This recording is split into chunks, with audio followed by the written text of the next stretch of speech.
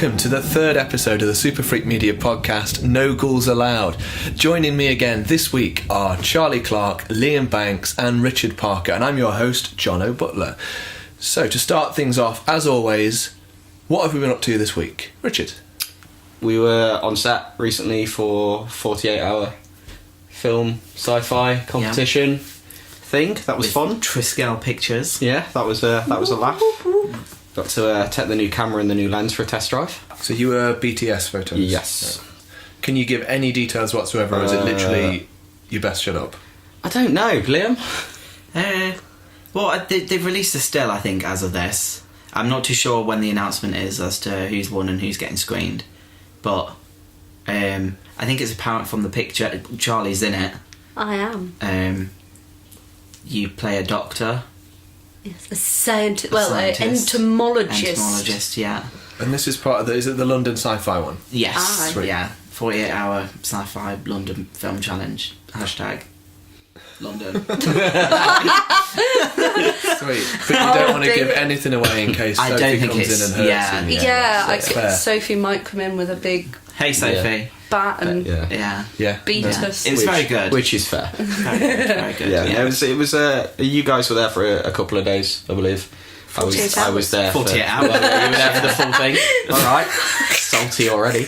I was there for the first sort of morning and bit of afternoon. Yeah, but you had a very important job because you also sorted out chips for everyone. I did. And everyone My everyone car had a good time. absolutely stank. Yeah, of, you're welcome. Fish and chips later that evening. I was on as assistant director, so a bit of a departure from what I'm used to, but still bossing people around, so that was cool. But yeah, no, we got a lot of good stuff, and then you were on in an acting capacity, weren't you? I was, yes, which is a bit of a strange one for me because when I work with Sophie, I normally do what you were doing. Yeah. I normally am her assistant director, so that was nice. So it's all done on time? No last minute rush or anything? No, it was pretty I think it was all done on chilled, time. wasn't it? I think there's going to be an extended cut though. Yeah, because a lot of the stuff we filmed isn't in the film. There's Because a of, big like, time scene and editing. Yeah.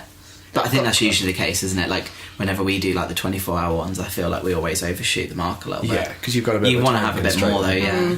Liam, you been up to anything else? I've been writing a lot, in all honesty. I've very much got the itch at the moment to be shooting something else now. I've got a lot of ideas. It's just getting the times together, obviously, around schedules and things, and everyone working. But yeah, hopefully new content should be made very soon.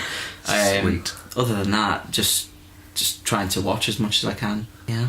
And he's just passed it on to Charlie. That's good, you've just passed it doing on the to thumbs me. up. Yeah. Well, this week I've been on 3 different things. The 48-hour thing, which we've discussed, which was directed by Sophie. And then I've had a little stint on Doctors this week as well, again directed by a woman, the episode that I went and filmed. And also been filming for Snarl, which is a werewolf film. I think I'm allowed to say that. I think that's about as much as I'm allowed to say. Which is also directed by a woman, so I've had a week full of female directors, which is lovely. Yes, that's the lady who's working on... She's the production designer on You Are My Sunshine. Yeah, which I'm doing next week. Yes. And, but It's she's... so incestuous, isn't it? But We're all just in each other's stuff. yeah, she's taken the leap and she's doing her first... It's her directorial debut. Yeah. It's LJ Stark Greenwood, and she's awesome, and she was a pleasure to work with. And I've got serious post-shoot blues now. I'm really missing everybody. So is this you done for a little while now? You've got- Well, originally we were going to do it all in one block, but because of reasons which I can't discuss because spoilers, we have to wait for something to be finished. It was such a nice environment on the shoot. It kind of felt like stepping onto like a Super Freak Media film shoot. Like, it's very much a family. I mean, you know the guys from doing some of You Are My Sunshine. The 3 of me, Jack and Jay, and the rest of the crew, we actually had quite the fun time, and there was a lot of laughs. I think that's one of the things. If you're having fun on set, it comes across, doesn't it, in Yeah. the film? It doesn't necessarily have to be a fun scene that you're shooting, but if you're having fun on set, it's going to show in the Yeah, performance. and it was really nice with this one, especially working with Jack, because Sorry. I felt that I going. was watching you. I was like, it's getting worse. When's the work off? When's the work off? Jono's not well. When you're having No, fun you- on set. My name is Bill Wilkins. No. I'm 72 years All old. of a sudden, it sounded like John was on 50 a day. You nearly did a Jimmy Savile impression then. Oh no, don't do that. Now then. I know it's horror, but Oh, dear. that's That is horror. What was I saying Jesus. before Jono I died? needed an exorcism. A cough yeah. sneeze, yeah. Oh yeah, no, it was actually nice on this one because we were having so much fun. Like, not that the stuff on You Are My Sunshine wasn't fun, but a lot of the moments in You Are My Sunshine for me and Jack working together were very emotionally heavy. Yeah. So there wasn't a lot of time for us to be, taking the piss and doing Sean Bean impressions, which was most of what our behind the scenes was on Snarl. And we will be talking about Sean Bean later because our Yes. main topic this week is going to be talking about deaths on screen. So Sean Bean's sure to pop up. Yeah, you can't really Tease talk that. about deaths on screen without talking about the bean. That's Richard, I think you've come to the wrong podcast. I mean, what can I say? Right there. I'm a poet and I didn't even realise. Nailed it. So what have I been up to? I've been You just having a conversation with yourself. just aren't chatting to you? myself. There's nobody Yeah, thanks for actually asking, here. guys. Yeah. Cheers. What have you been up to, Jono? What have I been I'll up ask to? you. I would have asked, but he decided to have a coughing fit. No, I mean I've been off work from my main job, but now I've been taking some family photos, bits and bobs like that. Just keeping it rolling in a little bit, but yeah, Making nothing them massive. monies. Making them monies. And then next week I'm back on set for You Are My Sunshine, where I get to finish off filming the scenes with the lady who plays the older version of Charlie's character. Yeah, because who are you in the film?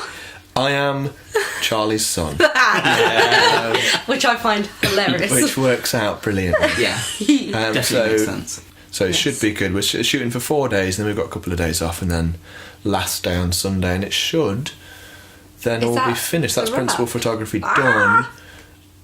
But then there might be a couple of pickups here and there. But as far as I'm aware, that should be pretty much it. But it should be great. I'm really looking forward to it. It was a nice chilled out vibe on set last time. I'm really It was- looking forward to good. seeing your guys' stuff, like the modern day stuff, because I've seen hardly any of it. Well, that's it. We saw, I think, seen two or some of three our stuff, two or three haven't you? scenes of your stuff, and we're thinking, oh, this is cool because you can see where it's going to cut in and where the new stuff's going to slot in. But it's nice that you've got that. You've almost got that whole section of the story already filmed. This is just Interesting. turning into like a Light Beams Anyway. Productions Pat the Bull like We'll, films, like massive plug. Whilst we're talking about plugging people, we should talk about our awesome artist who draws the pictures. Liam, do you want to just have a quick... Yeah, I mean, special or huge shout out to Nathan Barlow.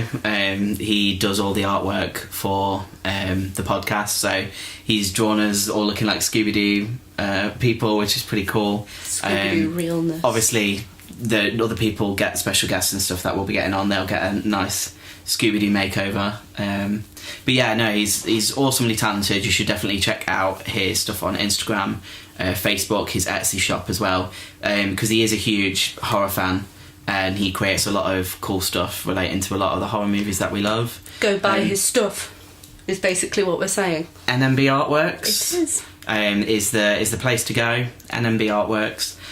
Also, he has a band as well because he's really cool. I mean, we definitely need to get him on the podcast at some point because he has like a streak of white in his hair, so he looks like the Bride of Frankenstein, but cool. And then he does cool electro music. Oh, sweet. I think it's Lunar Arcade, isn't it? It his is, band, well yeah. remembered.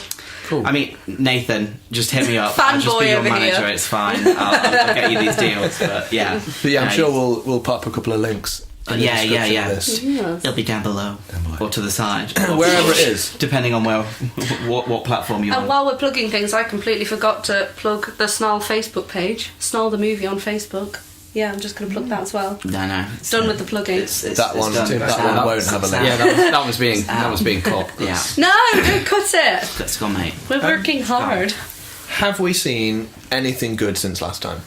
I know we're going to talk a little bit about Us and Pet Sematary later on, so we'll leave those for now. But anything else that's taken our fancy? Richard, you told me that Yeah. you've listened to something again because Yeah. you like to break them rules. Yeah, just doesn't open his eyes ever. No, Just- no, yeah. Richard, have you seen this? No, mate. no. Cool. No, it's going to be a thing, isn't it? Yeah, so mine once again is a listen to podcast audio drama-y kind of thing. Found it through Instagram. It's a Interesting. BBC 4 kind of futuristic thrillery kind of thing called Forest 404. Oh wow. It's basically kind of set in a dystopian future after, I believe it was called the Cataclysm, where everything got wiped. And the only, I want to say digital media, but it's not digital, it's analog media, I guess, technically. That's all that's left. Okay. So you've got people who have never seen a tree, they don't know what any of this stuff is, and there is a 28-year-old woman called Pan who, her job is to basically go through all this archived media and decide what's worth keeping. So she spends a lot of her time deleting old media because all of a sudden, like, That's what's gone on, yeah. Cool. Storage is a very big thing. And she stumbles across some soundscapes of the rainforest. Oh, wow. And she doesn't know what it is, and it sparks this whole journey. And I'm about halfway through that. I mean, I'd That's never not ever pretty cool. really think of podcasts or audio things as like a form of entertainment, but the possibilities there are kind of pretty much endless. Oh, they're excellent. I love the way you say that while recording a podcast. No, but do you know what I mean? Like, I wouldn't. Like a I think it's serial- cool to like listen Yeah. to people, but like a narrative sort of thing. Yeah, That's a really cool idea. So I listen to a lot of audiobooks. I finally finished The Stand, which is fantastic. 47 hours of that, which was amazing. That's a commitment, isn't it? Yeah, it was I a need bit. to get this for like long drives. It's worth it, definitely worth it. Yeah. Obviously, then Forest 404, and anyone who actually knows me personally knows I'm a big D&D fan. So the guys over at Critical Role, with their game, they're a bunch of voice actors, and that is an emotional roller coaster at times. As daft as that probably sounds.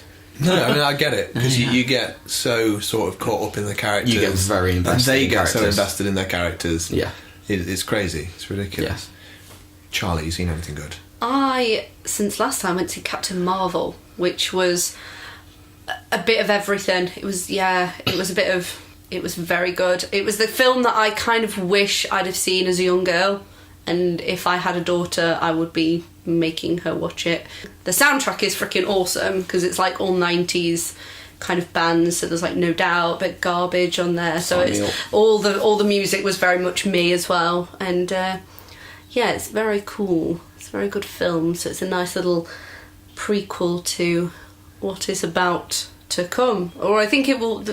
It'll be out. It'll be out by the time this is out. So no spoilers. Yeah, so Yeah. no spoilers here. Because but we can't spoil anything. it was nice to watch that after the kind of emotional torture that was Infinity War.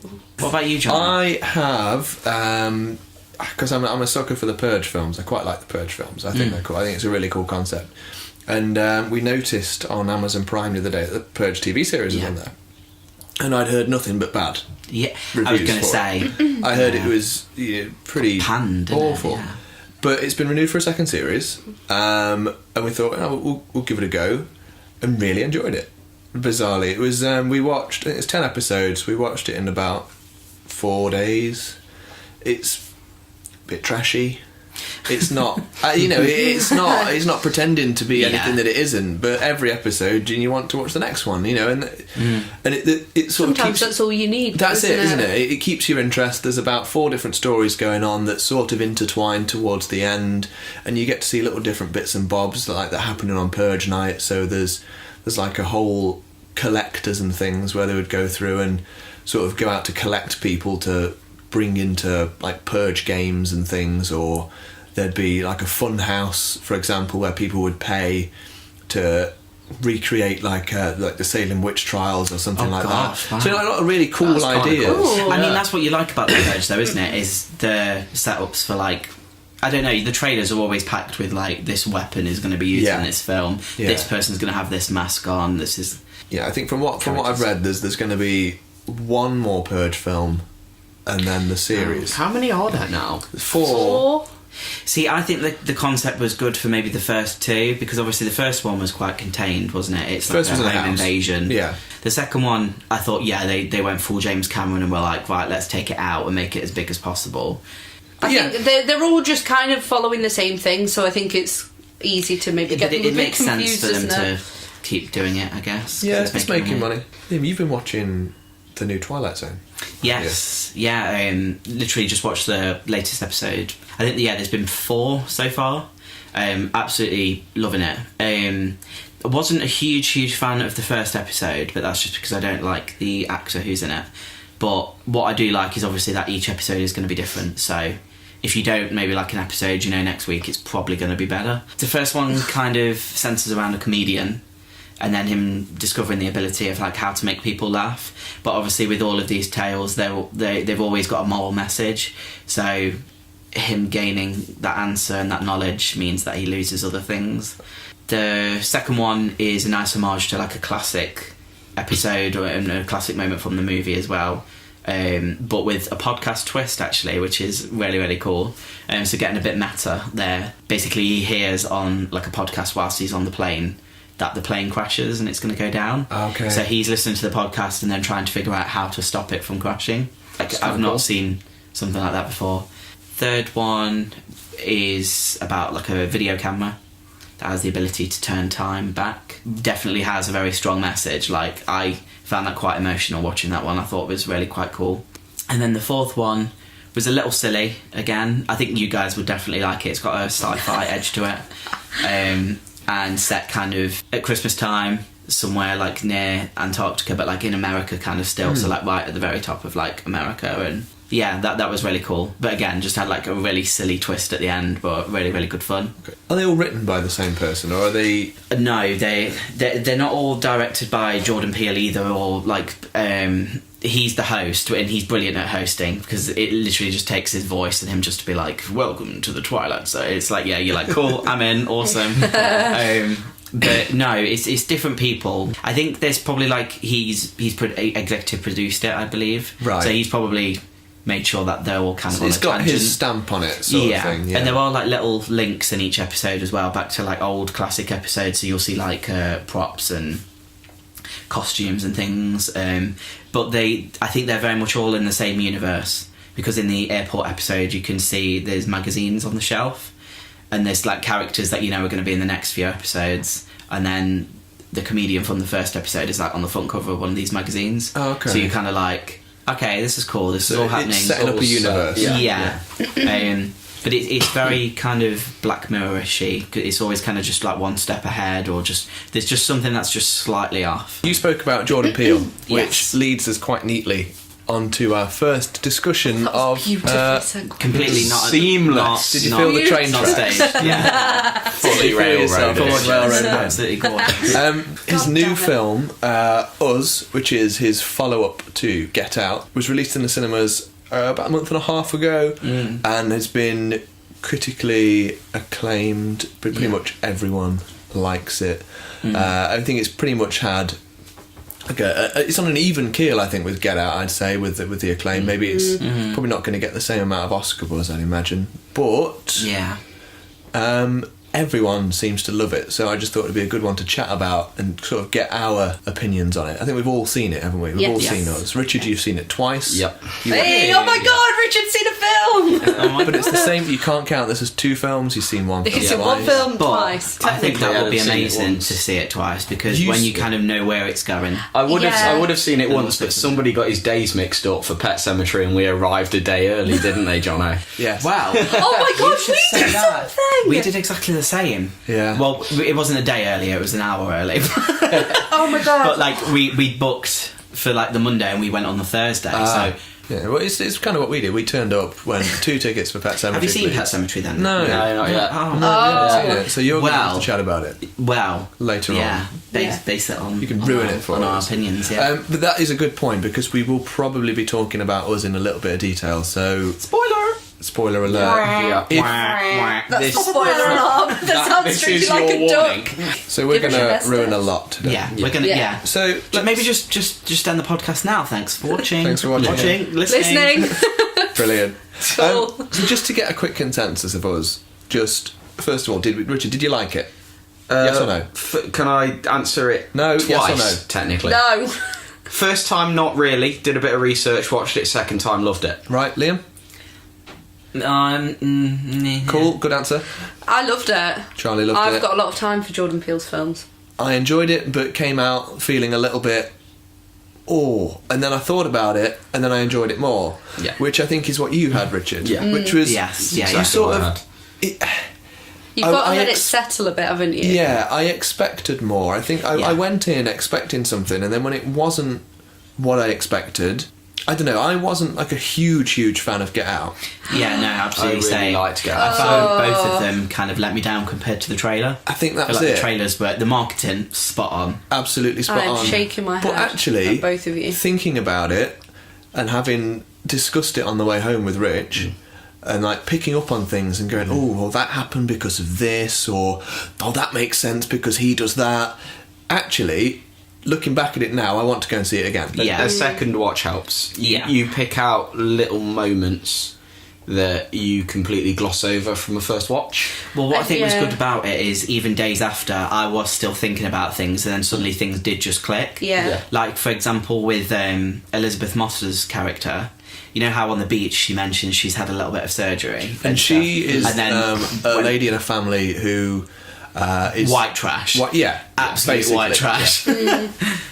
But yeah, Yeah, the scars. but then there's the scars. But then she also then cuts her face a bit later more. Her on. double does, and I was kind of just thinking, oh, is this just tried to be like weird and scary? But then I was like, oh, I think I really There's a respect lot the of- intellectual level. There's a lot of subtleties in it. yeah, and there's a lot mirroring. of details. Yeah, so there was Yeah. one thing I really picked up on the second time around, which I never noticed.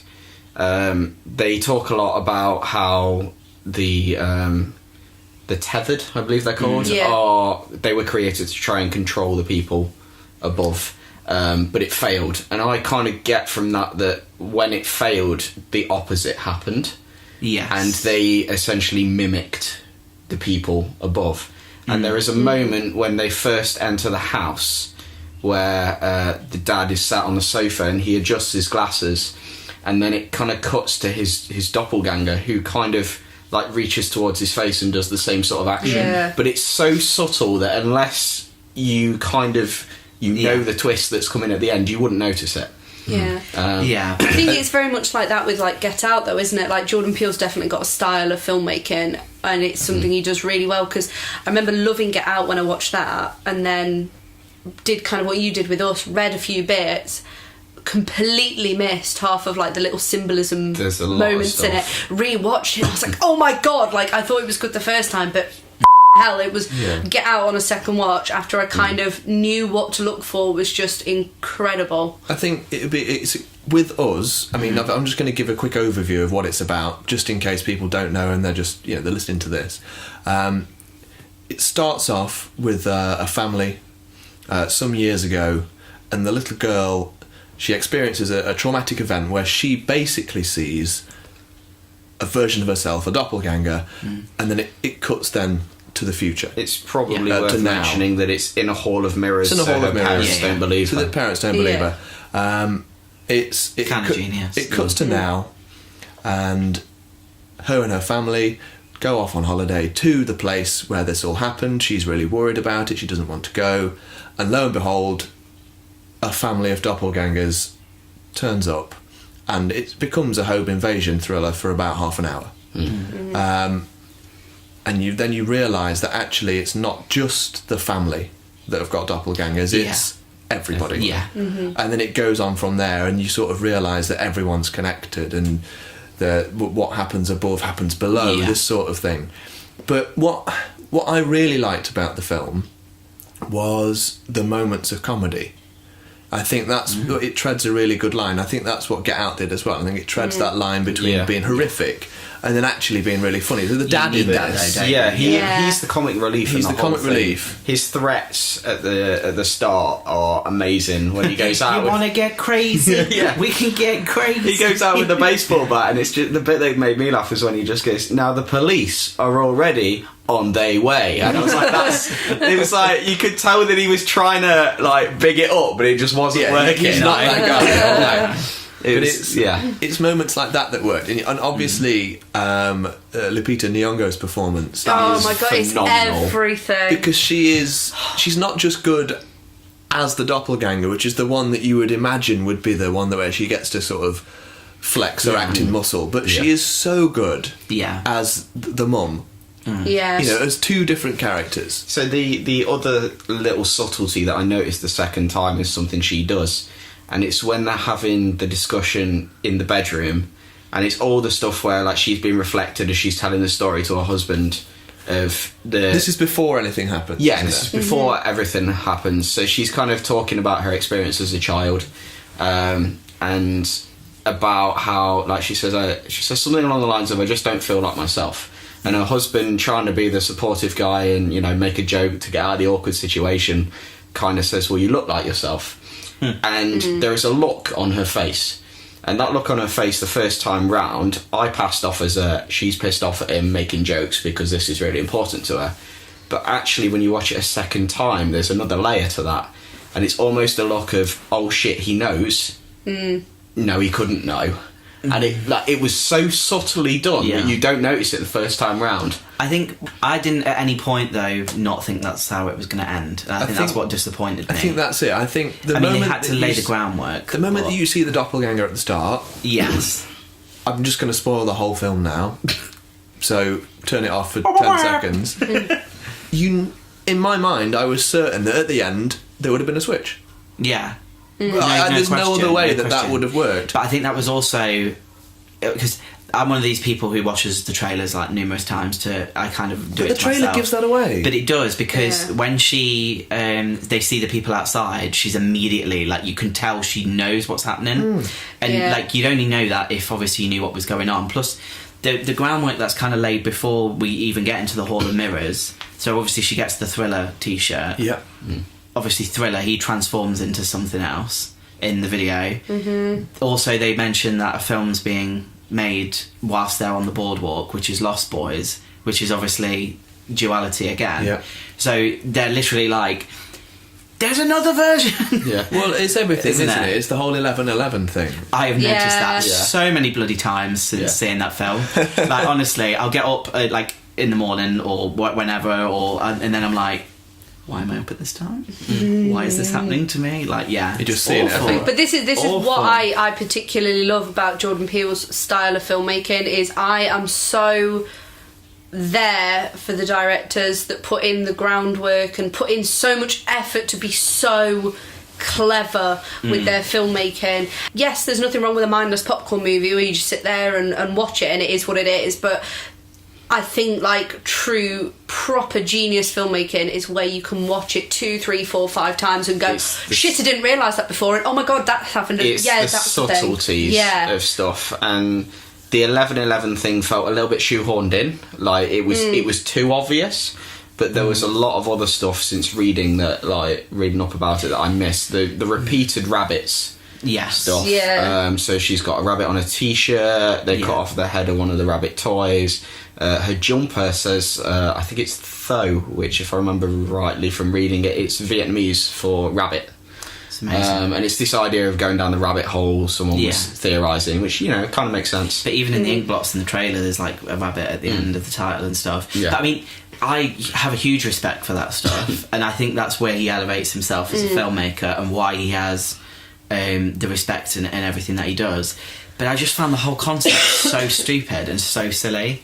Like, when I saw the first title card, obviously about the tunnels and stuff, I don't know, that's I think the problem that I had obviously with Get Out as well, spoiling that too, sorry guys, but the transplanting minds and brains I think and it's things, too much of a leap. and then the government just cloning the entire population in tunnels below is kind of like what? Like I get it, and I'm glad it offered an explanation, but I think it would have been better if it wasn't explained. If it was more contained. Because if it was but I do like how ambitious it was. So I'm if it was a family or even a city, but it was literally the world. Hands across America was the thing, wasn't it? Did you the entirety of America? One thing that I didn't pick up on, because apparently in an interview Jordan Peele said that it wasn't a film about race.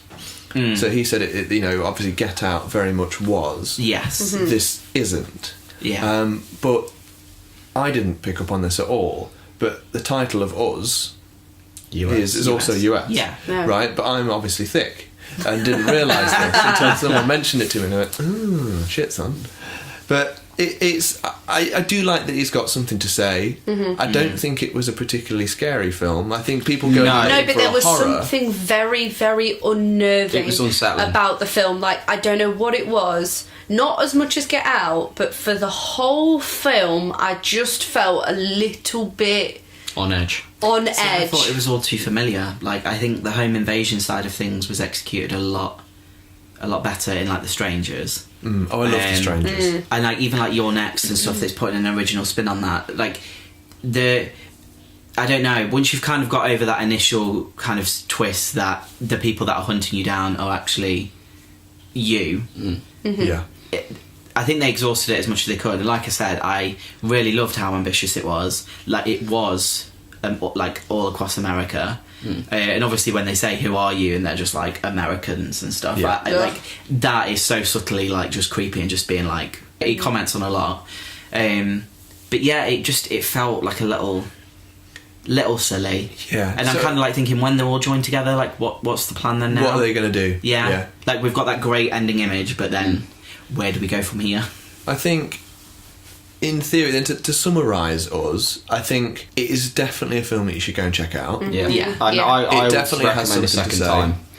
Had the biggest opening of any original horror screenplay as well. Or I don't know if it was just original screenplay. Really? Oh, wow. But it was definitely the biggest ever for original It horror. has done well. It Yeah, has done and really quite well. rightfully as well. But I think that he put in a lot of the groundwork for that to happen with Get Out. Oh, 100%. Like, And he's said as well that he's going to sort of stick with horror for a little while. He's going to stick with it because he does it really well. And he's got an interesting voice, I think, Yeah. in that sort Yeah. of circle. there's a trend there, isn't there, with people coming from comedy, I think, into horror, because obviously he had Key and Peele Yeah. and a variety of stuff that he's kind of been involved in.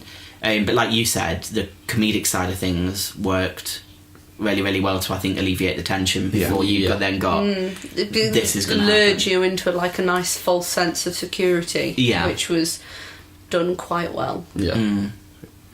So you've also been to see Pet Sematary. Sematary. Richard and Yes. I haven't because Well, it came out the day after we Yeah. went. We went to see it, but we didn't see it. So we saw Us instead. Excellent. So Pet Sematary, yes or no? Good. No. Not good, Really? Charlie. So you've not seen the original? I haven't seen the original, so I have no frame of reference. I didn't have a problem with it. I wasn't blown away by it. But Have you again, guys seen the original? it felt a bit, for me, it felt a little ploddy in places. I don't know if you agree. Like, it was a bit like, we're making a point, but we're a bit stuck in the mud with the point, and we're going to just really kind of plod through the story. And again, the ending was... I think when I came out, I thought I liked the way it ended, but You on were raving reflection, about the I think ending, yeah. I don't like the way that it ended. I don't know.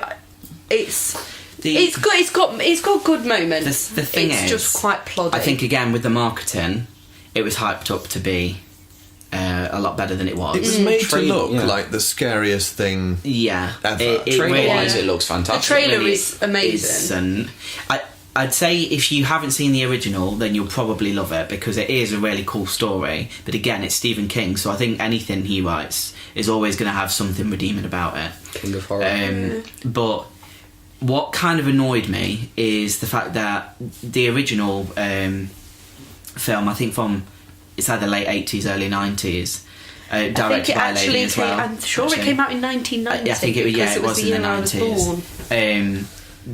born. Everything that they've taken and kind of done something different with from that original film is in the trailer. Right. Absolutely everything. So I don't know if you've read the book or not, but in the book and in the original film, it's the little boy who actually dies. Whereas within this one, it's the little girl who's slightly older, and it works because the girl's obviously at an age where she can ask questions, and there is a really great scene where she's obviously come back and he's combing her hair in the bathtub, and That is a good scene. and I like that she's scene. obviously like dead, and he kind of sees that all her skull's stapled back together, and it is like that is a really good scene because you wouldn't get that with like a toddler. The toddler can't ask questions about being dead and like why they're back, and it did make it quite creepy. But again, it was a little girl with long hair doing creepy little girl things, and the thing is, seeing a toddler do that is kind of odd. But it was spoiled in the trailer. So if I'd seen the film and I thought that the little boy was gonna die, and then the little girl had died in it, I'd have been like, oh my god.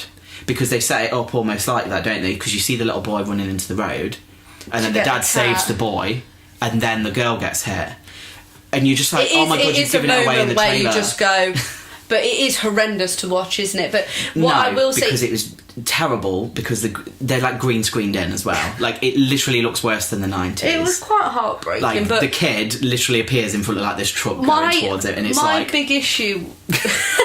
My issue I'm waving with about, it sorry. was like you said, it's another girl. She's dead. She's got long hair.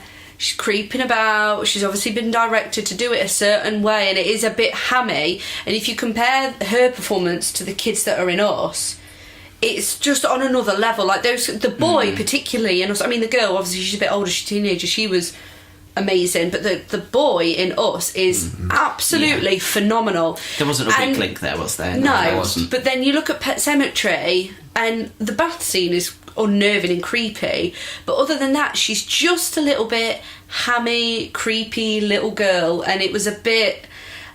I was just kind of like, just spade her in the face. Like, I wasn't there for her. Like, I really didn't like it. I was just like, if I was Jason Clarke's character, I probably would have spaded her by now. Nah, just kill it. That's like, fine. she was. I mean, I think the whole point is that he doesn't she? want her to be dead. That's why No, I he know, brings her back. and I get that, and it is a great concept. Like, you know, I think we've all got. Just to touch a nerve, I think we've all got somebody that if we had the power to bring them back, we would at any cost. Like the book is genuinely terrifying, and the original film is great. I think the makeup effects in the original film possibly better than they are in this one. The cat is probably the standout. The cat is brilliant. In this film. Like, Church gets to do a whole lot more in this one. Is it a legit cat? Yeah, there's played by two called Leo and Tonic. Leo and Tonic, yeah, we follow them on Instagram. But so why is it played by two? I think because one of them plays more of like the ghoulish cat, where he has to do like the hissing and is that Leo? Yeah. Leo is a bit more. They literally attended the premiere in bow ties. Like these cats are doing better than like me. That's amazing. Like 100%. They tread. It's pretty much a carbon copy of the original, apart from like the bits that they've chosen to change. But as I said, they're all in the trailer. So if you've seen the original, you've pretty much seen the remake then, because any bit that's different, it's like even there's. I think it was one of the first films to kind of feature the back of an ankle getting slashed. Yeah, that looked horrendous. In the original, it's grim. It's awful. And like, this is a little toddler, like a 2-3 year old kid who's got a scalpel who does this. But in the original, he does it from under a bed. Right. And gets them. Whereas if you've seen the trailer, you know it happens on a staircase. So you're going to in the film, he goes to the bed, and you're like, and I know from the original, I'm like, he's going to get his ankle slashed, but I've seen the trailer, so I know he's going to. So he kicks the bed away, then he goes on the staircase, then gets his ankle slashed. So I'm like, for f***'s sake, don't do this. Yeah. It's so disappointing. So to summarise, it ruins itself in the trailer. Totally, So annoying, which seems to be a problem with films in general, that they give away all of the best bits. Yeah. So it ruins itself in the trailer. If you've seen the original, you've basically seen the remake, and it does it does it better. Yeah. The original, and if you need to see one kind of horror film, see Us. Yeah. I would say. I can hear something in coming from the corner. Oh no! What could it be? Cage corner. Oh, it's a fact. Oh god! It's a fact. I was far too slow on the pick up there. I didn't know what was going on. I got a little bit nervous, I'll be honest. So Just a man in the Just corner. a man stood in the corner. Hi, Derek. You're I was like, oh god, you've been here the entire time, have you? Excellent. That's not terrifying. did you know Probably not. that Nicolas Cage obviously spells his name Nicolas for Nicholas? However, Cage. when he shortens it to Nick. I didn't think he did. No, I didn't either. On correspondence from Nick Cage. I thought it was That's how NIC. it's- That you've had. Personal. No, he does. No. That's how he Personal signs off. correspondence Nick from Cage. Nick and his Cobra. N-I-C-K. Just so you know. What does the K stand for? Just Cool with a K. cool with a Cool. K. Cool. Yeah, no no doubt. But there you go. That's my fact of the month about Nicolas Cage. Cage Corner. Oh, Nailed it. essential. Which leads us on to, because I'm sure Nick Cage has died in quite a few films, To Google. best movie death. So this doesn't have to be a death that is spectacular. It could be a death that is the best because it's so heart-wrenching, or it's just hilarious, or it could be because someone's head explodes. I'm going spectacular. I think. And we're going to have a bit of a chat about it, and we're going to spoil everything. So if we talk about a movie and you go, "Oh, I want to see that," we're Maybe probably skip going to ahead. tell you that your favourite character dies. So Yeah, so just end the podcast here. Dempster Thanks for Rose. listening, guys. Dempster Rose. Back again. Are we just going to keep going around in a circle and just Yeah. reel them off? Because I've got Yeah. a few. I've got a few. I've got a few. I've we forgotten most come of with them. lists. Shall I kick it off? Yep. Go on. Because I Oh my just. god, that's a chody list. No, the top bit's about us. Oh, okay. I was like, shit, okay. that's a whole paper. First one for me is Liam's just crossing them off as I go. I don't think Liam will have this one, but it's Mel Gibson's death in Braveheart. Yes. I don't Oh, have it. why but don't yes. you have that? That's like your mum's favourite film. So good. So he good. gets hanged, drawn, and quartered as William Wallace, and Has the best shouts, songs. "Freedom!" which is glorious. Can I just do a bit of a Richard here? And I've never seen Braveheart. I also haven't. I've never seen Braveheart. I'm so Again, sorry. it's all right. Again, We enjoyed I've it, seen Johnny. bits. Yeah. But to be Right. fair, two people in the room who have seen it both say that death is pretty good. Yeah, so it is good. I will check it out. There you Mel go. Gibson at his finest, I think. Yeah. Plus, he just directing himself as well on the table. Oh, That's why not. stunning. Yeah. Spoiler alert: he's on a table while it happens. Yeah, Just in IKEA. just. it wasn't shot in IKEA, probably. Richard, best death in a movie. I'm going to change one of my answers now because you've just made me think of it, but the god of dying on screen, Sean Bean. You bastard! You bastard. Oh. With Black Death, his being quartered is pretty... Pulled apart by horses. yeah, pretty grim. What's this end? Black Death. Not It's seen it. the plague film, isn't it? Yeah. Oh God. There you go. It's It is- horrendous to watch. It's not a great film. It's very it's not a dark, great film. isn't it? If It's nothing dark else, in but for every that sense scene. of the word. I've seen him pull someone apart between two lorries though in Hitcher, so he kind of got his. He does get his own yeah, back. he got his own back. Preemptively. Yeah. But yeah. Found out before we filmed this, I did already tell you guys, but I'm going to tell you again for the benefit of the podcast. Sean Bean has died as of 2017. Panicked there, Charlie. No, he's not Sean died. Bean has died. No, it was his birthday the other day. Organ music. No, as of September 2017, Sean Bean has died in 25 out of 119 of his films. Yeah, 25 out of 119, still quite a few. Not as much though. I think John Hurt and Bela Lugosi were the top two Okay. on this list. No. Interesting. John Hurt has a wonderful death. He does. Would you- Are we gonna... Is that somebody's? No, but it should be. In Alien? Yeah. Oh, the chest burster. I can't believe I you did. just I picked no, that. I was yeah, no, I thinking never thought about of it, but Oh I. my gosh, yes. it's momentous. It is a good. That's the chest burster. That's going definitely away. what happens. Yeah. That's how it happens. Am I right in thinking that they didn't tell anybody what was going to happen in that scene? No, We we literally they asked didn't. about that, didn't we? Yeah. So sorry, just to name drop. So Clang. me and Jonathan actually met John Hurt at a film festival once. So we actually asked about it, didn't we? Yeah. I can remember we had shit curry, and then we got to speak with. Or I don't know if we spoke with him and then had a shit curry. A shit curry happened as well on the day. I don't know if I actually asked or if I know I asked him about Alien at some point. Yeah. But he said, obviously, him and the crew and everyone who were in knew about it.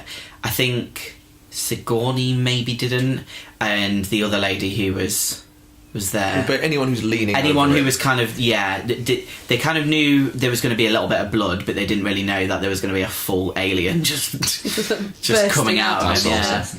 So yeah, but I mean, you can kind of tell. Yeah, those reactions are genuine. It's the other woman. It's the other woman. Like I can't. I'm so annoyed. I don't know her name, but it's when she reacts to it, and you can just see that she's just like. She has no idea. Shit. I think she literally is. She's like, oh god. Sweet. So we've actually come up with a few there already. Yeah. Well, speaking of aliens, because it is my mission every episode. So, can you remember Is this... in E.T.? E.T. just kind of fake dies halfway through, doesn't he? So, Does he? yeah, he does a little Right. bit. Yeah, because he gets Falls out of the resuscitated. basket from the... Yeah, that's just under the wheel. Oh dear. Yeah, I suppose this is kind of like my only maybe non-horrifying one on my Okay. list. But it is horrifying in its own way that I cry every time it happens. Oh, So- but you know he's okay. Yeah, I do, but it doesn't matter. It's like Toy Story 3 when they're all going down into that inferno. And you're like, that's the worst. oh my god, they're all going to get melted. That's Yeah. my childhood in a pit of fire. Great. Oh, that's just reminded me of... It's not even it's the bit in Up. That is Oh my the God. heartbreaking Oh, no. start to a film.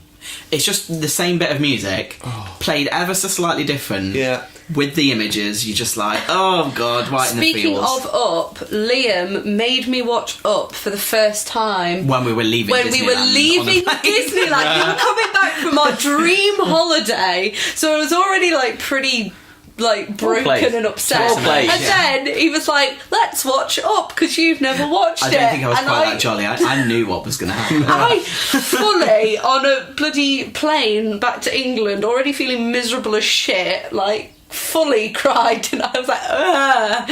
And then to cheer myself up, I decided to watch Lilo and Stitch. Completely forgot there's a massive heartbreaking moment in that as well, and I was like, I want to go back to Disney. Yeah, no, just genuinely some heartbreaking stuff in kids' films as well. Yes. It's literally the bit where Gertie jumps when he gets resuscitated. I cannot deal with that. So- I'm like, Nice little segue to mine. In fact, there's two that are kid film. So I'm going to just rattle through them. First one, The Lion King. oh, Mufasa's death yeah. in The Lion King. I defy anyone who has watched that without crying their eyes out. It's absolutely horrendous. Just as horrendous in the live Oh show my as well. God. Can you imagine? Oh, on the stage show? Yeah. I haven't seen the it's- stage show, but It's mortifying. I remember. I still can't now. So yeah, that's pretty horrendous. The second kid film horrendousness is Artax in The Never-Ending Story. If you've not seen it. seen The Never-Ending I Story, think I've seen it, Whoa. but years ago. oh my gosh! I just remember big fluffy dragon dog yeah, thing. that's the one. So Right. Artax is the horse Right. that I don't remember the horse. gets kind of swallowed into I can't remember if it's a marsh or if it's quicksand, but and he's there like holding onto the reins, Oh, trying that to does pull him ring out. a He's like, bell. "Come on, you can do it." I'm like, "Just get him out! I don't care about the kid. Kill the kid just to get the horse." It's absolutely heartbreaking. Oh, back to Sean Bean. Oh, good. Two of my favourite Sean Bean deaths. I think you might be about to say one of mine. I think I know the one that you're gonna say, so I'm gonna slip over to the other one. Yeah. Cheeky.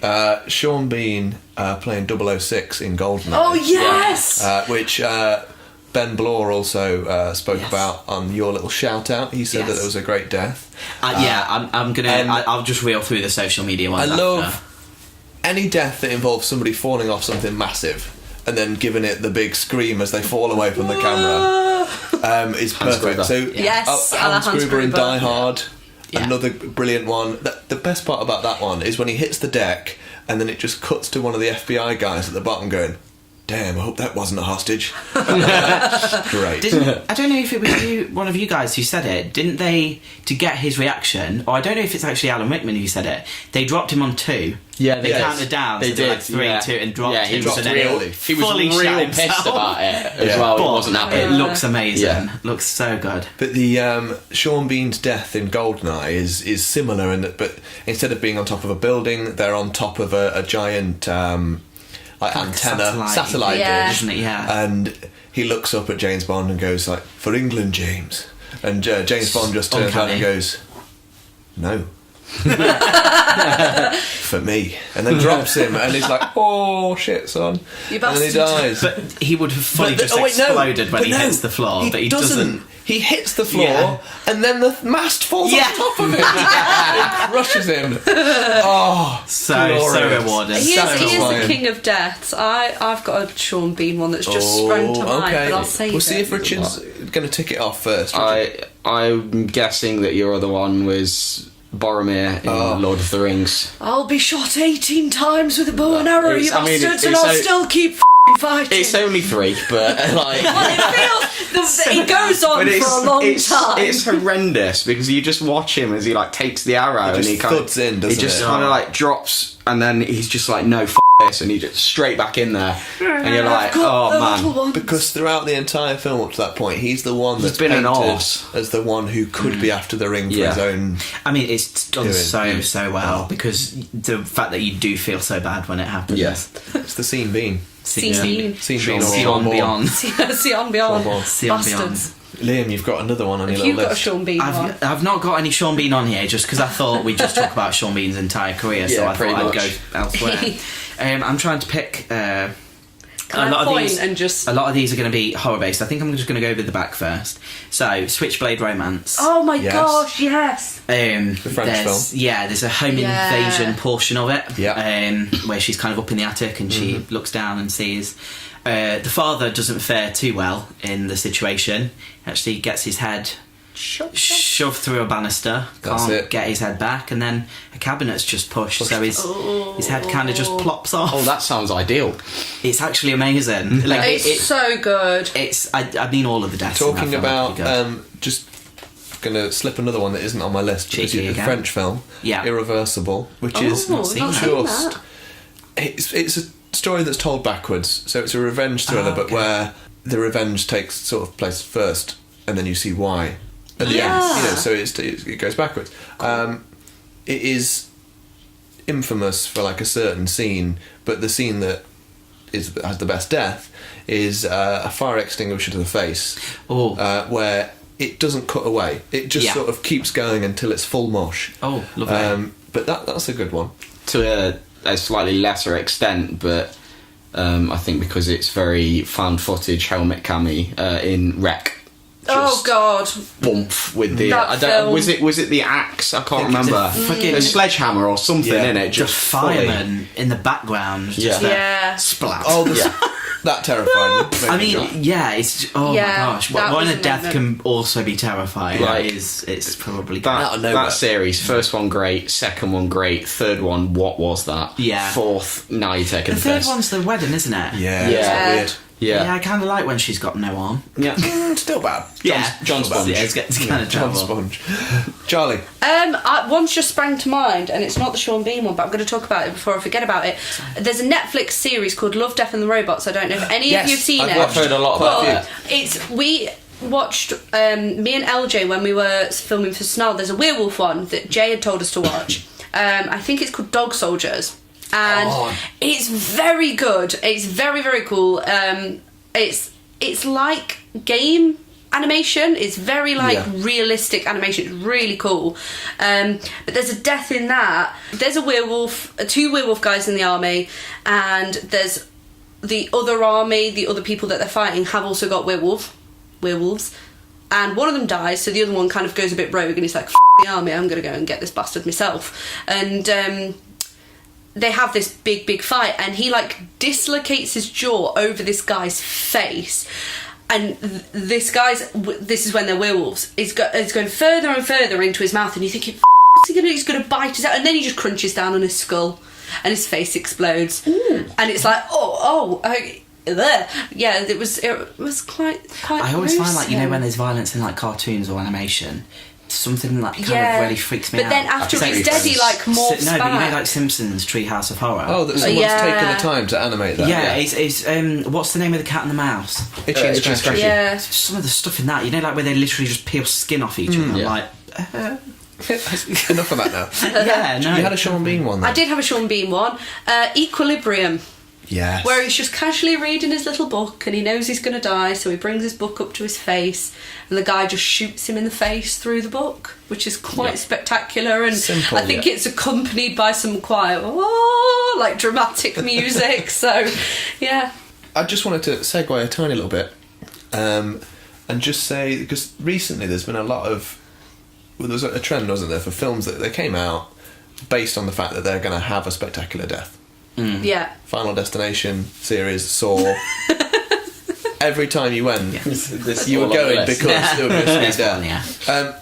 my favourite Final Destination one. Oh, You know, no. if you're taking something off my list, John, Right. this is I'm for the looking forward to podcast. this. There's going to be a fight. I will mention it, but then I'll let Liam talk about it if it is the same one. Get ready to but flip it's the table. it's the gymnastics. Oh, you Liam, talk us through it. no. Honestly, I've got a list. So You go. go. For it. You go for this one. 'cause No, I've got a list as well. Right. So Final Destination 5. Yeah. Which I think is quite good. I mean, the series as a whole was incredible. I love it. Which, funnily enough, I actually brought up stats as to how many like horror kills have happened. You know, like horror series. Yeah. So like you've got the classics like Freddy, Jason. Final Destination is actually on par with Freddy Krueger on Nightmare on Elm Street. Oh, The yeah. amount of people that he's killed. So they were fourth on the list. Okay. And the list being Jason Voorhees, Michael Myers, Freddy Krueger, Death from Final Destination. Leprechaun was only one behind as well. Okay. Oh, wow. Pinhead, Yeah. Ghostface. You've then got Chucky, Leatherface, and then finally we had Jaws. There's a lot makes of sense. Jaws films, though. Yeah, There were a lot they of were Jaws 4. So Yeah. they've packed. Well, they got 18 in there. So How many it's still people does a quite good- Sharknado killed though? That's what I mean, infinite amounts, Rich. Infinite amounts. sharks in a tornado. But yeah, Killed a going. lot. I mean, the series as a whole was great because, as you said, you went into those films for like the big accident scene. I think Yeah. where they were ultimately then going to realise they could Every see time stuff. it was more spectacular. Yeah, apart from maybe number 4. I think number 4 was a bit. Which one was that? The racing one. I think that's the only one I've seen. It was because I didn't like. No, wait. There was one to Between do with this and scaffolding as well. Osama bin Zombie Laden. A zombie. The zombie. Yeah. There's what's the one with the scaffolding? Yeah, at the end. Is that film? Yeah, with God the damn it, lorry. I thought I'd seen another one. Never mind. It's just too CJ. Like the other Yeah. ones are a lot better. Yeah. Wasn't one of them specifically made for 3D as well? Yeah, Yeah, that it was was Final that one. Destination 4. Yeah, or it was the that one. Final Destination. Yeah. But redeeming quality about that was the escalator scene. Just for, I mean, that makes me actually, because where I go to see films, you have to go down 2 escalators to get out. So seeing that film and then having to go on an escalator thinking, could get sucked into this. I was a big Nice fan possibility. of the stone in the lawnmower just being Oh, yeah. fully thrown out and through someone's face. Got my eye on you.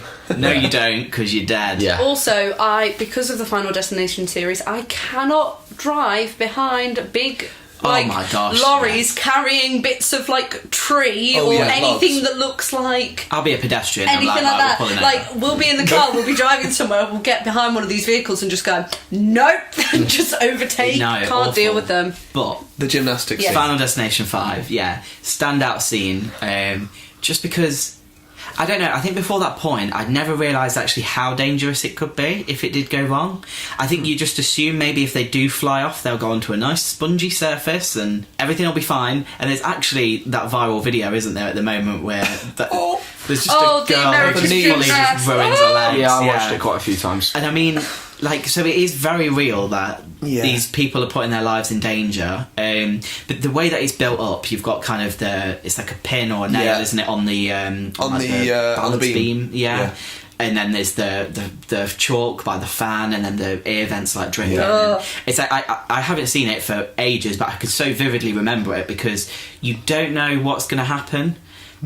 So much that could go wrong. And it's just awful. And it's also the fact that I think she's probably still alive for a second. She twitches. And then she's like, no, I'm out. Because what happens is the dust sort of clears, doesn't it, and reveals this crumpled awful. mess of a human being. Absolutely awful. But the thing is, I think because I spend quite a lot of time in gymnastic centres, Oh no. every time I go on like the high bar, I'm like, So you've done that? what? I've been on, yeah. And you've swung over? Yeah. And not flown off and... I've flown snapped off, but into I've it. flown off into sponge. Like I wouldn't. No, I it's actually just think I awful. have seen this one. Freaking out, like... Like, It is absolute filth, but it's a It's wonderful the noise. one. Yeah, it's a proper crunch, isn't it?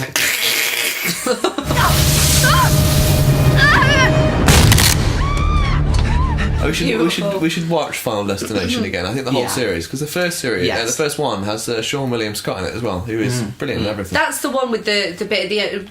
Doesn't he die from something that's like rattling on a train Shrapnel track on or a something, train and track, it yeah. suddenly Yeah. just In the face. and like But I mean, that kills is, him. I think, what's good and maybe sets it apart from Saw is I can remember all of the deaths from Final Destination. But I feel like I can literally recall all of them. The one where he's you think he's going to die because he stuck his hand down the garbage disposal, but then he gets his hand out and then he ends up with a ladder and it comes in his eyeball. It's just such genius misdirection. Yeah. But then just the payoffs were always so great, so great. Ultimately hilarious. A lot of good moments in that series. I think one of the episodes should just be about Final Destination. I think to be so. honest. I think we should rewatch them. Yeah, I'm down Richard with that. can watch them. Yeah. So, because you technically didn't steal it, Yeah, but no, I passed so it sorry. over. Yeah. So, Richard, a film that we saw a couple of weeks ago, last month, Dream Home. Oh. Yeah, that's Hong got Kong. some horrible deaths in it. Yeah, but the one that stood out for me was the first one. Right at the start of the film. You're coming in kind of cold. You know it's going to be a little bit grim, but there's a security guard. He's sat watching a video wall. He's asleep. He's asleep. No, he's asleep, but the video wall just happens to be there. And lady comes in, gently places like a zip tie over his head, round his neck, and then just yanks it so tight that he's strangling. Basically, you can't get it off. Like instantly. And that's oh my bad enough. God. So like his eyes are bulging, his face, his veins are coming out. Oh my God, But then they he didn't know tries how to to get get it that out. He tries to get it off by cutting it off with like a Stanley knife. Stanley knife. But obviously he keeps missing and slipping, and it's just so drawn out. There and you were see so many much horrible deaths in that But, like, film. It's little fantastic. cuts and like you just see it just but that one was drenched by the end. awful.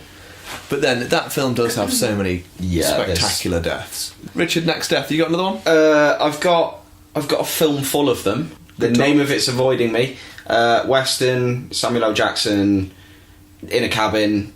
Hateful Eight. Yes, thank you. Yes. That has so many, like, the least of which is John Ruth the Hangman when he This just is where I'm just going to go coughs like up blood this because I've not everywhere. watched it. Like, oh, what a film. I don't know, by the time you get to the deaths you'll have probably forgotten again because Yeah. it's quite a long one. Yeah, It's one that I never got around You to could have cinema, even though I- shaved half an hour off it easy. Just by Yeah. cutting out the shot of Jesus. At the start. It went on for so long, but there are so good many good deaths. deaths. Yeah. So I think- many good deaths. Tarantino is actually on my list as well. He definitely knows how to pack a punch, doesn't he, when he kills people. So Liam, you've got some more on yours. Do you want to rattle through the list? I've got quite a few. Rattle through the list I'm and so pick out sorry. some If we're special going ones. round, I have one more and then Okay. I'm out. Well, I think I've got on three more. Tarantino then, Death Proof, Yep. the car crash. I like that he... Yeah. I mean, the editing style of that is friggin' amazing. The fact that obviously we get it like 5 times, so we see how each individual person in that car like dies. I also like that he kind of pulled a bit of a Hitchcock and kills the people that we've been following for the majority of the film to then just switch lanes. Get it? Road pun because it's about cars. Yes, I have. I'll see myself out. Yeah, so really, really like that. And I think that was probably the closest we're going to get to like maybe a horror until I don't know how it's going to be in Once Upon a Time in Hollywood, but we'll see. I think just because it's iconic, the opening for Scream, Yes. I think is Yeah. probably one of the Incredible. best deaths in cinema history. Yep. And I think it's not because it's particularly gory. I know obviously we see her kind of hanging from a tree at the end, but I think it's the fact that she's like, she can't speak, her parents are right there, and then they go into the house just as he like grabs her and then is like gonna go finish her off. And you're like, oh, for goodness sake, if she'd so have just close. like gone louder, or if the parents had just looked to the left, we wouldn't have had the whole film. We'd have been fine. And it's like, you know it's coming, but you still kind of want her to get away, and she doesn't. Opening scenes again. This genuinely terrified me as a kid. Like, I can remember this. I should not have been exposed to this. So, Mum, you're the worst. If you say literally. Bambi, I'm going to slap you. Oh God, no, we're past the Actually, lame that was stuff. on my list. I'm joking, I was going to say, right, but also The opening point. to Ghost Ship Oh, the tight wire. with the wire. Phil. That was seen that. awful. Yeah. Also, speaking of kind of trash, but good trash. Well, good Oh trash no, in my I know eyes. what you're going to say. Yeah. First 18 film I ever got into when I actually wasn't 18, so don't break the law, kids. It's Piranha 3D. Packed full of probably some of the most inventive and amazing deaths ever. Like, literally, That's not the reason you went to see it, though, was it? Oh god. Where it eats his dick off. And he's like, they took my penis. Love that. But I think there's just one bit that really stands out. Is there's a girl's hair who gets caught in the propeller of a boat. There's this absolute forgot about douche that. guy just literally boating over all these people. She gets caught and then she's like, stop, my hair's stuck in this propeller. And he just keeps pulling the engine and you're like, oh, it'll probably just twist a bit of her hair off, it's fine. Pulls it starts, fully scalps her. And then she probably just gets eaten. So that's probably one of the worst ways to go. Yeah, but it's again, not great, is it? Not ideal. I think Alexander Ajar, obviously he was with Switchblade Romance as well. Yeah. He really knows what he's doing when he's killing people on film. I've got 2 more, but I'm Go on. happy to rotate round. Okay. I've got 4 more. So Go on, it Charlie. wouldn't be an I'll go episode through of the podcast if I didn't mention Nightmare on Elm Street. So there's actually 2 in Nightmare on Elm Street. So technically I've got 5. Just for sheer the way in which they filmed it, Tina's death, because they built the whole rotating bedroom thing, and that, like, I think that's pretty freaking cool, the way that they actually crafted that. And also you can't mention deaths without mentioning Johnny Depp being swallowed by a bed that then regurgitates his blood all up into a room. So There was actually a cut as well, though, where he comes back out again and then just plops Yeah. on the bed in front of his mum. Oh, amazing. He's just like... I don't know if I'd have preferred that to be the No, cut in the film, I to be honest. don't think it Bit much. works. I think it works just a lot of blood. What else you got, Charlie? You got 3 more. Let me go to my little list, bear with. So, Donald, I think I'm saying his surname right, Guarino? Anyway, Jurassic Definitely Park. didn't say it right the second time. Jurassic Park. Oh, I watched the that last T-Rex night. on the he's Yes, having so good. Yes. he's in the blue, he's having, he's doing his He's not business, having a and good then Well, he is chuffing hiding. T-Rex. See, Mandela effect, guys. I remember him going to the loo, thinking he was actually going What? to the loo. He hides, He just doesn't he? runs away Oh, from the does kids. he? Yeah, because he's Oh. an absolute. Well, so nerd. he leaves the kids in the car, and then he's hiding in a toilet cubicle. It's just the way that T-Rex the walls ignore just the go. kids, and then so good. and then Eating he off just the shitter. eats them off the loo. Classic Marion Crane, Psycho. Yes. How have we got through this entire Yes, conversation yes, without yes. speaking Yeah. about Marion Crane? I mean, it's just everything about it is iconic, isn't it? They're like, who is it? Is it the mother? Do we know? Oh, we think it's the mother. Could it? Like you have no idea what's going on, who it is. People. I mean, it's iconic, isn't it? Because people genuinely thought that she was being stabbed. Yeah. The fact that a cantaloupe Also thought she melon got a makes nip the out most as well. convincing Did they? sound Did they? to be stabbed. Oh, did they? Didn't know that. But yeah, the cantaloupe melon apparently is the best one to stab, to make a proper stabby sound. Chocolate sauce as well. And did you know, Chocolate sauce because it was black downstream? and white, it looked better Yeah. than red stuff? Yeah. It did. Did you know that it was also the first film to feature a toilet in it? Yes. Yes. There you go, because before Very that, cool. didn't have them on screen. Speaking of firsts, can I interject with one of mine? Yes. So, has anyone seen the original Omen? Yes. The Omen? Yeah. Oh, yes. Yeah. Oh, are you going to talk running through graveyard, lightning bolt? No, but Oh, okay. again, I think that was kind of Final Destination before Final Destination, the Omen was. But it was one of the first films, I think, if not the first, to feature a decapitation in the way Yes. that it was done. And obviously the photographer gets it with the sheet of glass. Amazing. Also love the fact that at a kid's birthday party the maid's just like, It's all for gonna hang you, myself. Damien. Bye.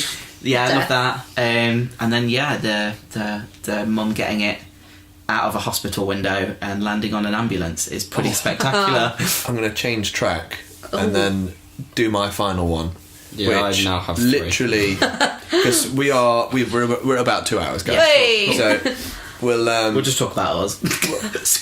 That cemetery. So this one is very much not a film that preempts things. It's Titanic 2. Now, Titanic 2 isn't the God. sequel to Titanic. It's called Titanic 2 because the ship that they go on is the Titanic 2. Lo and behold, It sinks. it hits an iceberg. It sinks. Oh my. Now, Titanic 2 is made by, it's the Asylum production company. And it's written by, starring, produced by Shane Van Dyke. And his You know death far too much in the about this film. I'm with you, John. is stunning. Yes. Now, at the end of the I want to film, watch it twice. Oh, it's yeah. at the end of the film, the ship has sunk, and he needs to rescue somebody who is down below. he's got one tank of air, right?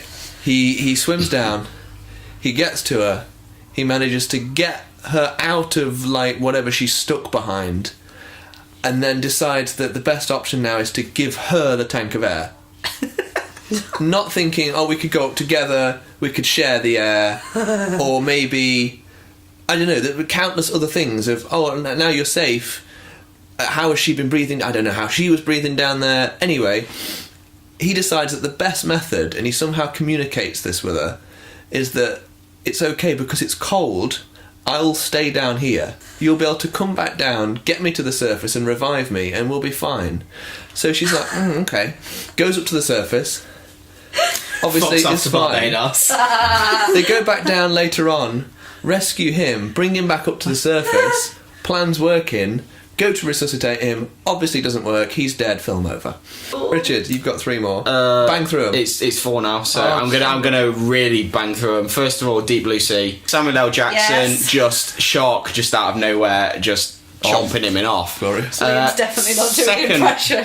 Second one is in The Raid. I can't remember who the characters are, but I remember dude getting kicked through door, standing up, other guy jumping up and driving his throat down onto the jagged remains of the door. Yeah. Yes.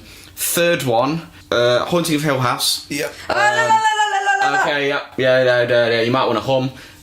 Bent Neck Lady. Yeah. Am I safe? Yeah, you're safe. And fourth one for all of you Game of Thrones out there, just because it's a horrible moment when you realise that Hodor has been predicting his own death his entire life. Yep, that's filth. Sorry, I freaked out then because I have not watched any Game of Thrones. You've got some and I am catching up to just do. About to start watching it. It's caved. there's something really sad about that moment. Yeah. So Jason has had a lot of good kills through the years. There's the sleeping bag against the tree. It's quite an iconic one. Mm-hmm. Just slamming some people into a tree. One of my favourite deaths of all time was actually in Freddy vs. Jason. Yes. And it's when there's the douche asshole jock guy. They've just finished having sex. He's upstairs and he's like, "Get away from me, you smell, have a shower." And then he's just drinking beer. He goes to drink some beer, and then he's in bed, and Jason's just stood behind him, and then he stabs him through the back multiple times with a machete, gets both ends of the bed, and then just snaps them together. And his legs and his head are just the wrong way, and he's still alive for a minute. Absolutely brilliant. I think every horror fan. I think the film peaked there, to be honest. I think it was absolutely incredible. So good. So yeah, that would be. That would be me. Do we have any extra cool ones on social media? I know Dave mentioned Bob's death in Halloween to me on set the other day, where he's just nailed to the wall by a big old knife. So many. So I mean, over on Instagram, so I put out a question on Instagram and Facebook about what people's greatest movie deaths were. So we got, actually speaking about us, we got one. They liked Elizabeth Moss's character and her family getting murdered to the Beach Boys. Good vibrations. Yeah. Thought that was kind of genius. Cool. That is good.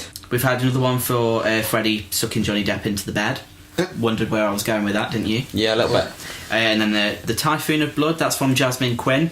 The Us reference was from Sam_D_Hogarth. So thanks for the follow. My mum commented, because she's sweet like that, she liked Captain Quint, Robert Shaw's character, just getting it when the boat starts sinking. Yes. Do you want me to interject with some from Facebook? Yeah, no, go for it. Luke Parker's gone with Boromir from Lord of the Rings, so Yeah. he's agreed You with us. bastards! Yeah. As I said, Ben Blore said 006 in GoldenEye. Sean Bean's Korea, says Michael Sales. Basically. Yep. Dino Watton says Universal Soldier, Dolph Lundgren. Gary Oldman in Leon. And The Crow, Top Dollar. So he's gone for 3. Oh no, he's gone for 4. Final Fight in the Raid 2, which is another. Yes. Yeah. Glorious. Is it Barbara in Stranger Things? Bob. Yeah, that is. Oh. That one's a good one. Yeah. Hashtag justice for Bob. Yeah, just didn't. Daniel Bonser has come out with Umbridge 100% pink prick. I mean, to be fair, Absolutely love that one. she doesn't actually. No, she's dead. die. She just kind of gets carried off by centaurs, doesn't she? Definitely. Yeah, but she's I mean, been she definitely does, victimised, but it's implied. But we want her to die. So Yeah, we it's do want her fine. to die because she's a another Game of Thrones. You might want to Joffrey. Yep. Yeah. Awesome. Oh, is that the poison? Yes. I've seen that. Am I I've seen safe? that. Yeah, Instagram ones, Cool. Liam? We had from Johan, good friend Johan, also known as Mr. Krieg. He said Omen. He likes when the mother gets thrown out the hospital window and lands right on an ambulance. Oh, the irony. Pretty cool. And then we've got another one for Ghost Ship as well. From a good friend of mine from college called Becky, who is quite short, so she said her shortness would come in handy if that were to happen. Just slices over the top. She'd just slide gives right her under a- that I wire, actually she'd be think fine. another one that wasn't on the socials, but I spoke to Sarah Thomas last night. Hi, Sazity. She also mentioned pretty much all of the Final Destination Yeah. deaths And it's pretty in all pretty of their wonderful. glory. Matthew Taylor has said a random thug in Action Jackson even gets Action Jackson gets kicked out of a window, flies across an alley and smashes through a window on the opposite side of a building. That sounds Truly amazing. unique. Yeah, I think we need to find that. Luke Yes. Parker says the kid from the beginning of A Quiet Place because what a dumbass. Oh, yes. Declan Yeah, oh, Pearson The God. fact they went there. says the whole fight, but rather than just the death, but Orenishi's in Kill Bill. Yeah, gotta say I agree. Tommy Oh Draper, yes, Hans I Gruber, was going to Die Hard. mention that, but forgot. Keith Allett yeah. says that there's a choking basket case. Yeah, it's where his eyes pop out. It's just a little bit. Mark a little bit Fowler too much. says Emil from RoboCop. Tom Brumpton says the end of The Wicker Man, not the new one. Not There's the new quite a talk about that one. Pretty much any of the kills from the Greasy Strangler. So many. Oh my gosh, yes. Anything in the original Total Recall says Natasha Mann Harwood.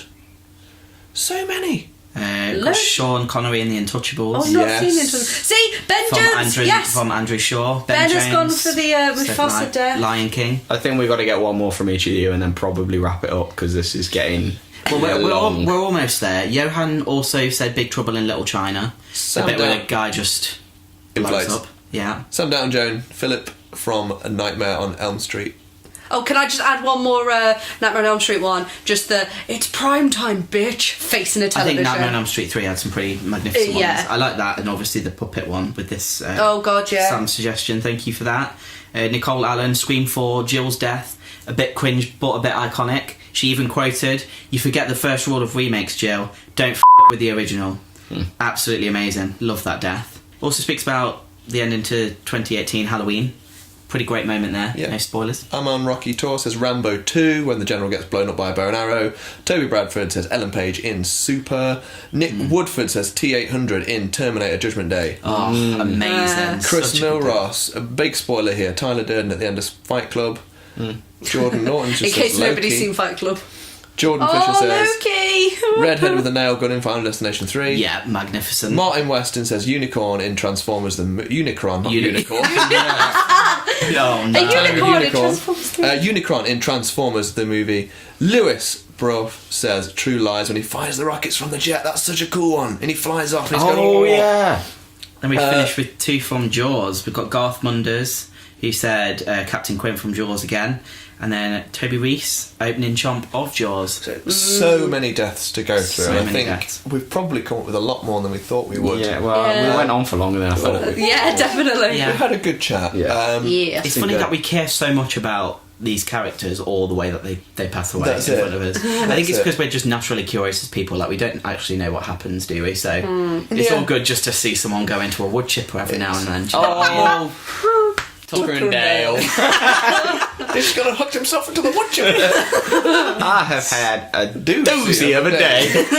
So good. Such a good film. So that has brought us to the end of episode 3 of the Super Freak Media podcast, No Ghouls Allowed. We will see you next month, or you can listen to us. We probably won't see you. But you can listen to us next month. We are going to be talking about unpopular opinions about movies. So it's not going to be about horror movies, but it's an unpopular opinion that we all have, and we are going to defend it against everybody else. There'll be links in the description, so keep up with us on Instagram, on Facebook. We're on Twitter. We've got a YouTube channel. Check out our short films. We're all over the place, so keep up to date. And remember, keep it creepy, and see you on the other side.